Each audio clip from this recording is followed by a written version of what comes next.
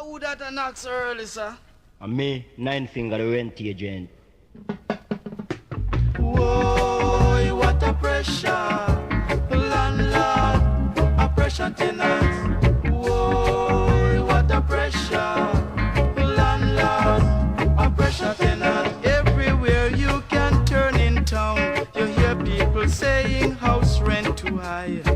Yes, everywhere you can turn in town, the poor people crying house rent too high. You rent one this month for $50. You live there 2 months, it raised to $60. If you have any children, you can't get it. No matter what the price, you have to gladly take it. Every 3 weeks the rent man come with him bodyguard and Hey, welcome to the show. This is Jeremy. Changing the name of the show, I think. And I want to call it Dear Landlord instead of Propaganda Radio, because I think Dear Landlord is more fitting for what has got me started this show. Whether or not it stays on landlord-tenant relationships all the time is a non-issue, I think. So on today's show, we're going to go through some of the tenant union requests to city council and some of the testimony that was given by the tenants at the city council meeting last Wednesday. every time the rent near feed you, that is the time when my landlord screw. And when him collect, him smile again. That's the only time me and him are friend. But that friendship only lasts for 3 weeks. Last 3 weeks time, the rent due again. Whoa, what a pressure. Hey, landlord, them a pressure tenant. Hey, hey, whoa, what a pressure. Landlord, a pressure tenant. Whoa, what a pressure. Hey, landlord, them a pressure. So I want to give everybody kind of a rundown of what has taken place over the last few weeks, or the last week, I guess, since the last podcast. So we had our tenant meeting with city council. The two members that were present were Kate Burke and Brianne Beggs. Not as many people showed up as we would have liked to if I were to compare it to what had taken place with the landlords, who were deathly afraid of, in their words, communist China coming to Spokane, which is just probably the most hilariously stupid thing that I've ever heard anybody say. I'm not sure if that person was familiar with what happened in communist China to landlords, but it definitely was a lot more than someone asking if they could have the right to not be kicked out of their home for no reason, which is essentially what all of this boils down to.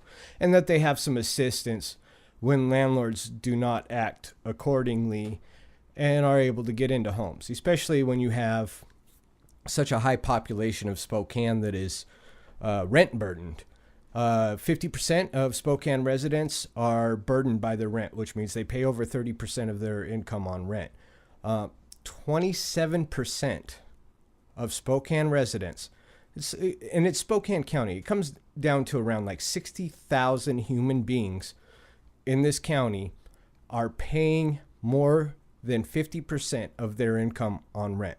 Now, I don't know if you've ever tried to live the rest of your life on 50% of your income, especially when you consider children and everything else that, I mean, the landlords wanted to make sure that we knew that they're mommies and daddies. Well, so are tenants. and you're willing to say that your profit and your vacations and this and that are more important than them being able to live. And what it really boils down to me, in my opinion, is that it's just a friction. There's a lot of friction between landlords and tenants because it's a commodified relationship that just should not exist. And I'm going to get into that because I'm going to read my testimony as well. And that was my main focus. I think we need alternatives. I think we need to completely rethink the entire way that we deal with housing. And not just Spokane, but all over the United States. Like, this whole landlord-tenant thing just has to stop at some point. It's insanity. It's absolutely absurd. And there's no way you're going to keep everybody happy. There's no way you're going to keep from having this awful relationship between these human beings, because their relationship is with the commodity. It's not with each other. It is with the material possessions. And because they are only in the relationship with the material possessions, then there's no humanity involved. And this allows landlords to act against their own morals and values, and harms tenants. So what I want to do first, I think, is try to clear up some of the things the tenant union is requesting, and what they've put in writing to request to city council. The first one, and this is the main one, is just cause eviction, ending no cause notices and evictions. Tenants in Spokane and the state of Washington can be evicted for no reason whatsoever. Just cause eviction legislation has been enacted in many jurisdictions, including Seattle, numerous cities in California, the states of New Jersey and New Hampshire, and currently being considered in Oregon and the city of Portland. A just cause eviction ordinance requires landlords to have good cause to terminate the rental agreement. It does not mean that landlords cannot evict tenants. It means that they must have good cause. Cause under the current law is limited to failure to pay rent and violating the rental agreement, but other causes are added, such as remodel, landlord must show building permit, or to move in a family member, or repeated notices and late fees. So, I mean, that's pretty self-explanatory. They did a good job just putting that in writing and making it evident. So there's not a whole lot that I have to clear up, but basically what I'm saying is this is the thing that has to happen, and we don't need landlords telling us that it can't happen or that they don't want it to happen. We need them to tell us what the causes are that are appropriate and what causes they need to be protected. And my main concern is to protect the other tenants in their buildings, because that is a concern of ours. We don't want tenants to be forced to live in a dangerous situation. And if your liberty and your security is based on intruding on others, and it imposes itself on others, then you kind of lose that right. So if you are a bad tenant and you are making life difficult for other tenants and your landlord, then yes, you do have to go. You have to go somewhere. I don't know where you go, but you can't stay here. So sorry, I shouldn't joke like that. So the second one is source of income discrimination. In searching for a dwelling, many households face discriminations by landlords who are unwilling to rent to voucher holders. As a result, several states and municipalities have adopted laws prohibiting housing discrimination based on source of income. The city of Spokane adopted Title 18 in 2017, prohibiting discrimination based on how to calculate available income. Representative Marcus Rosselli, Democrat, sponsored HB 2578 this session to make source of income discrimination outlawed statewide. The basic thing here is we got to figure out how to implement that. So business license for landlord rental registry. Currently, Spokane landlords are not required to possess a business license or to be registered on a rental registry. This makes it difficult to notify landlords for proposed ordinances and when ordinances are enacted. Airway Heights, Seattle, Bellevue, Kirkland, Burien, and Tequila in Washington and Portland, Oregon are among the cities that require landlords to have a business license. A business license also establishes a standard of business practice that, when violated, can result in revocation, which will hold landlords accountable. Now, another thing about this, like, I run a painting business, and everything I do has to be licensed and registered, and laws change. So every 3 years, say for my lead disposal license, every 3 years I have to take a new class, and I have to learn all the new rules and what's going on with lead laws, and make sure that I am up to date and still remember all of the processes that I have to go through when dealing with lead in the first place. Now,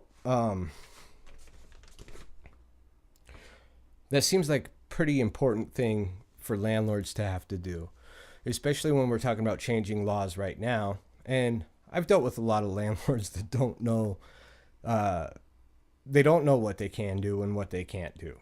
They're just somebody that invested in some property and are renting it out, and they're not really thinking about any of that stuff. And it's good that they would have to go and get a refresher course and pay the minimal fees. Like, I think I pay $300 every 3 years to learn the laws of Washington State on lead.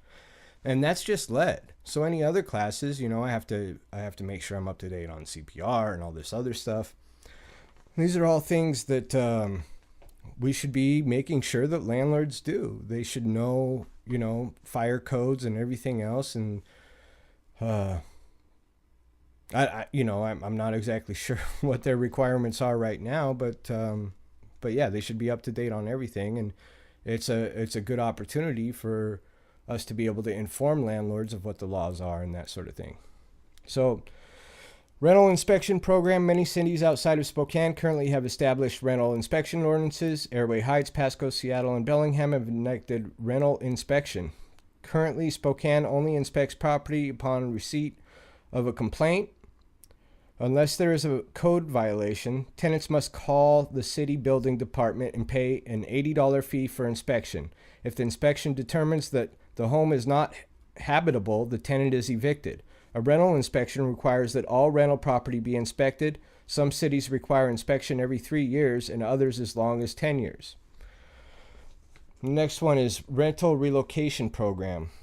Washington, and okay, so before I mention this, this appears to have already passed through city council. Now, they said it wasn't concrete where all of this state funding would go, but this is one of the things that it is supposed to go to. Well, and this just happened, yesterday, Monday, the 17th. So, Washington Residential Landlord Tenant Act requires landlords to pay $2,000 relocation costs to tenants who are displaced because the building is closed or being converted. In Spokane, tenants are on their own to collect the payment, and if they sue to collect it, may take months. The state law allows cities to create a relocation fund to pay directly to tenants and collect from landlords. I'm not going to get into the whole thing because I can break this one down for you. So what they're asking for is for there to be a pot of money for dislocated tenants. So when their landlord does kick them out to no fault of their own, because they want to remodel or whatever they want to do, then that money would be there for the tenants, and then the city would later collect that money from the landlord. So the tenant doesn't have to wait months to get the money that they so desperately need to move into a new place. And it's one of the more important ones. It's basically what saved me in the tenants in my building's ass, was that Mike Fagan and Steve Corker confronted my landlord and convinced him that he should pay us relocation costs. Maybe he told him that we would get it anyway or whatever, but the landlord, who is a total piece of shit, we've had several different dealings with him. There's 3 of us from 3 different buildings that are a part of the tenants union and have been moved there simply because of this one landlord. So he was real sweet to me the whole time I had to deal with him, but yeah, he's a real shithead, a real scumbag, and all he thinks about is himself and his pocketbook, and he discriminates and pushes people out when he just decides who he doesn't like and gets rid of them. even if they're paying rent.